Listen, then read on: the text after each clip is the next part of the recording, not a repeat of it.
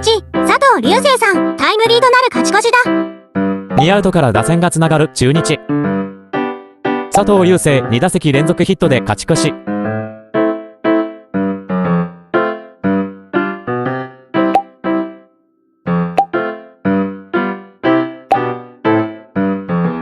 ありがとう西武さん。ありがとう佐藤。佐藤隆成最高や。特大補強で草。おー、A の取ったね。龍のサード見つかる？何これ本当に中日か？開幕はここが石川だったんだよな。そら勝てるわけないわ。